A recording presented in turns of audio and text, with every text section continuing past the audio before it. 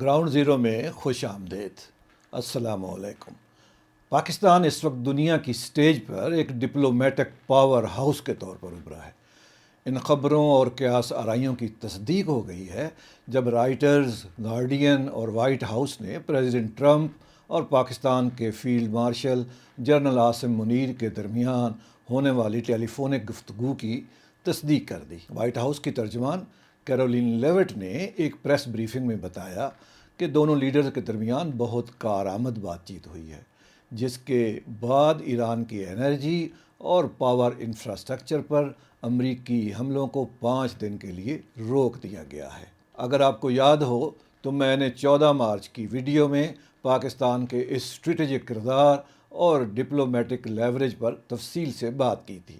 اگر آپ نے ابھی تک وہ ویڈیو نہیں دیکھا تو اسے ابھی جا کر ضرور دیکھیں۔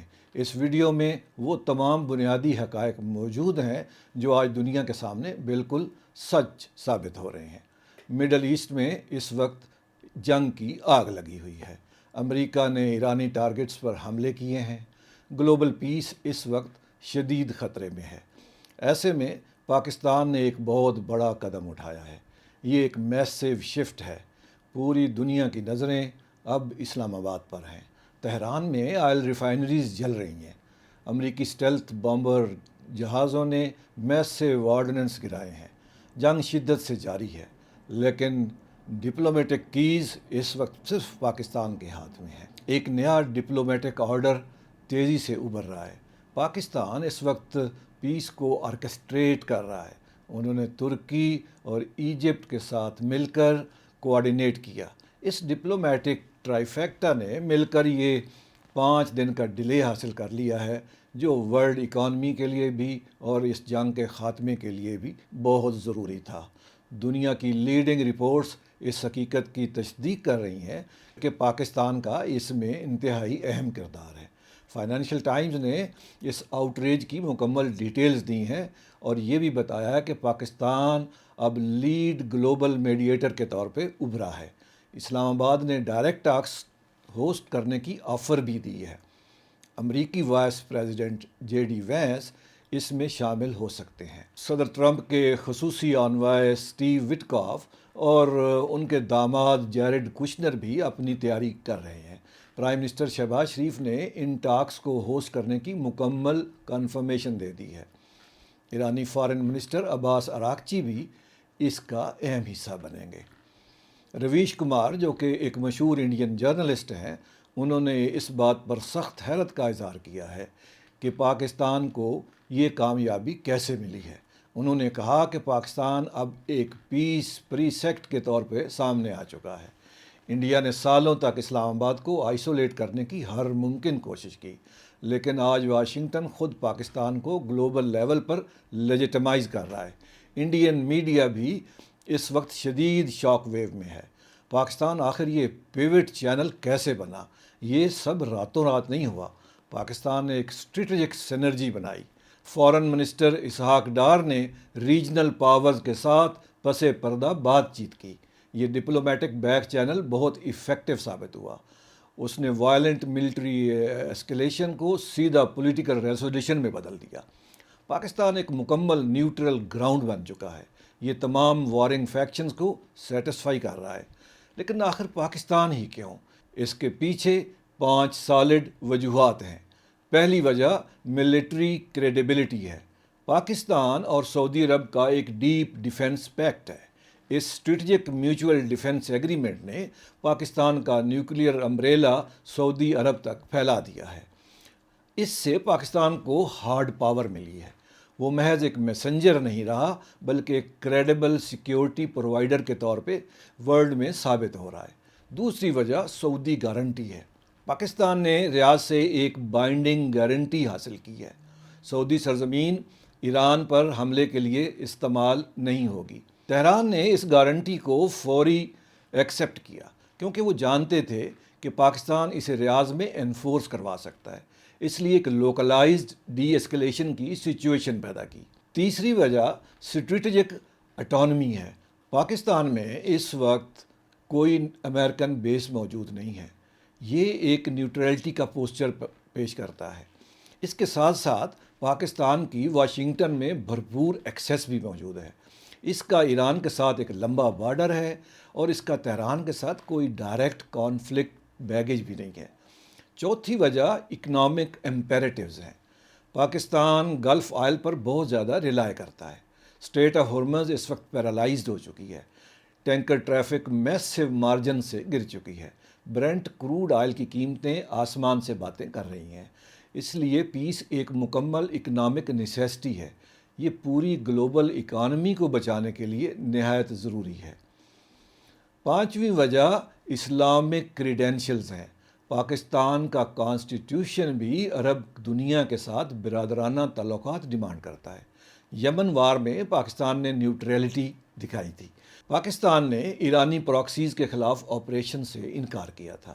اس لیے پاکستان کی نان پارٹیزن ریپوٹیشن کو سیمنٹ کیا گیا ہے۔ وہ سب کے سامنے سچ بول سکتا ہے۔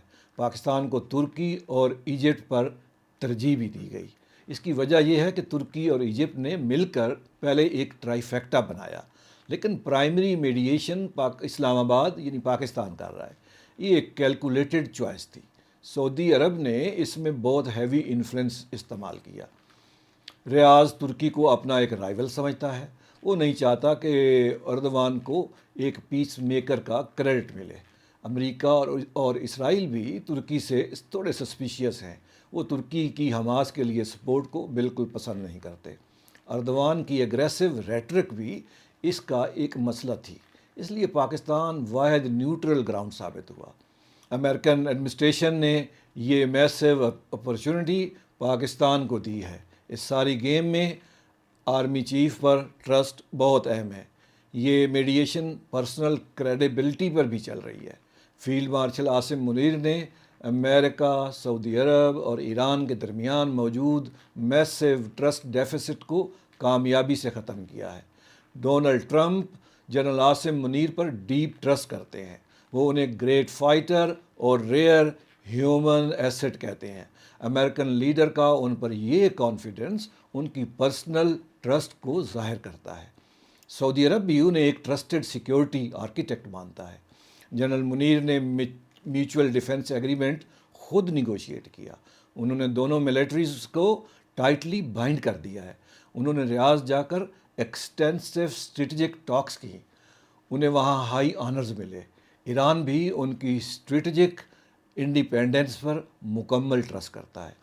وہ ویسٹرن ڈکٹیٹس پر کام نہیں کرتے۔ ایران کو معلوم ہے کہ پاکستان اپنے ڈیفنس کمٹمنٹس کو ہر حال میں آنر کرتا ہے۔ انڈیا سارے سین میں کہیں نظر نہیں آ رہا۔ یہ انڈیا کے لیے ایک بہت بڑا اسٹریٹجک سیٹ بیک ہے۔ اس کے پیچھے 4 سالڈ وجوہات ہیں جو ہم آج کے اس ویڈیو میں آپ کے لیے لے آئے ہیں۔ پہلی وجہ ہے اسرائیل کے ساتھ ایل ٹائمڈ الائنمنٹ کی۔ پرائم منسٹر مودی نے اسرائیل کا دورہ اس پوری جنگ کے سٹارٹ ہونے سے 2 دن پہلے کیا۔ اس دورے نے انڈیا کی نیوٹرل امیج کو ایک سبوٹاج کر دیا۔ انہوں نے تہران کو مکمل ایلینیٹ کر دیا۔ مودی کی اس پالیسی نے اپنی ہارڈ ارن ڈپلومیٹک جو ایکٹیویزم تھا اس کو ہمیشہ کے لیے کھو دیا۔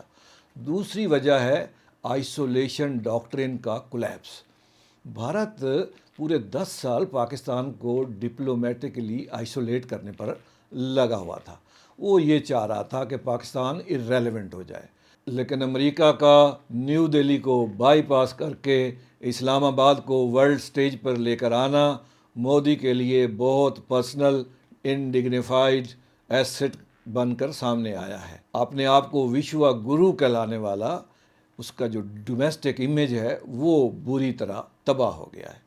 تیسری وجہ یہ ہے آپ کا ایک ری ایکٹیو اکنامک پروٹیکشنزم، کیونکہ بھارت صرف اپنی ڈومیسٹک انرجی لائف لائنز کو بچانے میں لگا رہا۔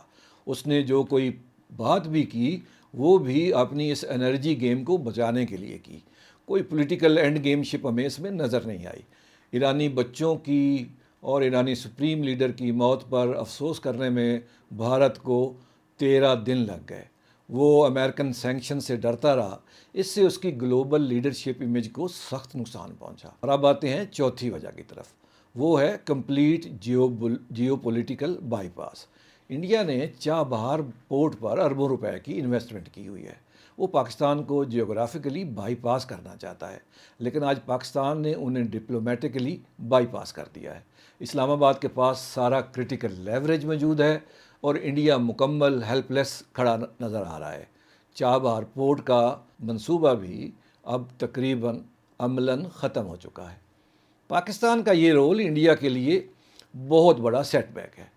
ایک تو ان کی آئسولیشن ڈاکٹرین اسپیکٹیکولر طریقے سے تباہ ہو گئی ہے۔ واشنگٹن سیدھا اسلام آباد کے ساتھ جڑ گیا ہے۔ اس نے پاکستانی ملٹری کو بے پناہ کرٹیکل لیوریج دے دیا ہے۔ دوسرے، انڈیا نے اپنی تمام ڈپلومیٹک کریڈیبلٹی بھی کھو دی ہے، اور پرائم منسٹر مودی کے اسرائیل کو گلے لگانے سے ان کا نیوٹرل گلوبل امیج اور عرب ممالک میں ان کی عزت اور اثر و رسوخ بالکل ختم ہو گیا ہے۔ تیسرے، ان کا جو رسپانس ہے وہ بھی ڈیلے سے آیا ہے، جو ان کی اسٹریٹجک جو اٹانمی ہے اس کو بری طریقے سے ایکسپوز کرتا ہے۔ انڈیا نے مورلز کو ترجیح نہیں دی۔ انڈیا نے انسانی جان اور انسانی عزت کی جگہ اکنامک کنسرنز کو ترجیح دی ہے۔ اس سے انڈیا کی برکس الائنس کی ریپوٹیشن بھی ڈیمیج ہوئی ہے۔ ان کی فریجائل پارٹنرشپ بھی فریکچر ہو گئی ہے۔ امریکہ نے انہیں مکمل بائی پاس کر دیا ہے۔ وہ سینسٹیو میسیجز کے لیے اب صرف پاکستان پر ٹرسٹ کرتا ہے۔ اور پھر جیسا کہ میں نے پہلے بتایا کہ چابہار کی انویسٹمنٹ نے انہیں کوئی لیوریج نہیں دیا۔ ان کے اربوں روپے ضائع بھی ہو گئے، اور ایران سے ان کے اب کسی قسم کے فیوچر میں تعلقات کی بھی کوئی گنجائش نہیں رہی۔ ایک نیا ڈپلومیٹک ٹرائیفیکٹا بن گیا ہے، پاکستان، ترکی اور ایجپٹ، لیکن پاکستان اس کو لیڈ کر رہا ہے۔ اس نے انڈین لیڈرشپ کو گلوبل ساؤتھ سے مکمل ایکسکلوڈ کر دیا ہے۔ انڈین پولیٹیشین بھی اس وقت مودی پر سخت تنقید کر رہے ہیں۔ راہل گاندھی نے کہا کہ مودی مکمل طور پر کمپرومائزڈ ہے۔ امریکن لا سوٹس ان کی انڈیپینڈنس کو روک رہے ہیں۔ جے رام رامیش نے اس ہالو ڈپلومیسی پر شدید افسوس کا اظہار کیا۔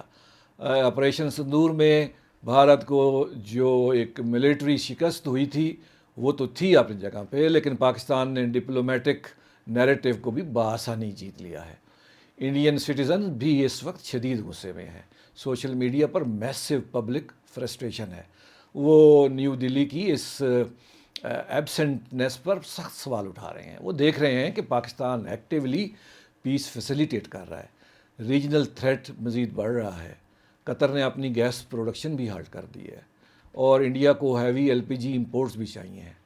مودی نے تھوڑا سا لیٹ اس میں کوئی کنورسیشن کی ایک کنفیوز سی ایفرٹ ضرور کی تھی، لیکن میں سمجھتا ہوں کہ ڈپلومیسی کو ایک اسٹریٹجک بیلنس چاہیے، اور ایک مورل کلیئرٹی بھی ضروری ہے۔ جیسا کہ پورا ریجن اس وقت ٹوٹل ڈیزاسٹر فیس کر رہا ہے، اور ٹیررزم گلوبلی اسپائک بھی کر سکتا ہے۔ پاکستان کا یہ رول اس پورے ریجن کی اسٹیبلٹی کے لیے، اور پاکستان کا دنیا میں ایک اہم کردار ادا کرنے کے لیے ایک بہت بڑا قدم ہے، اور ہم اس کے اوپر مزید بات کرتے رہیں گے، کیونکہ ریجنل سیکیورٹی سٹرکچرز اور پراکسیز جیسے داعش ایک ریپڈ ریسرجنس کا پلان کر رہی ہے۔ القاعدہ بھی اپنے ٹریننگ کیمپس کو ری بلڈ کر رہی ہے۔ ایسے میں ریجنل سٹیبلائزیشن ایک ایبسولیوٹ پرائرٹی بن جاتا ہے، اور یہاں پہ پاکستان کا کردار اور بھی اہم ہو جاتا ہے۔ اگلے ویڈیو میں ملیں گے اسی موضوع پہ مزید گفتگو کے لیے۔ مجھے اجازت دیجیے۔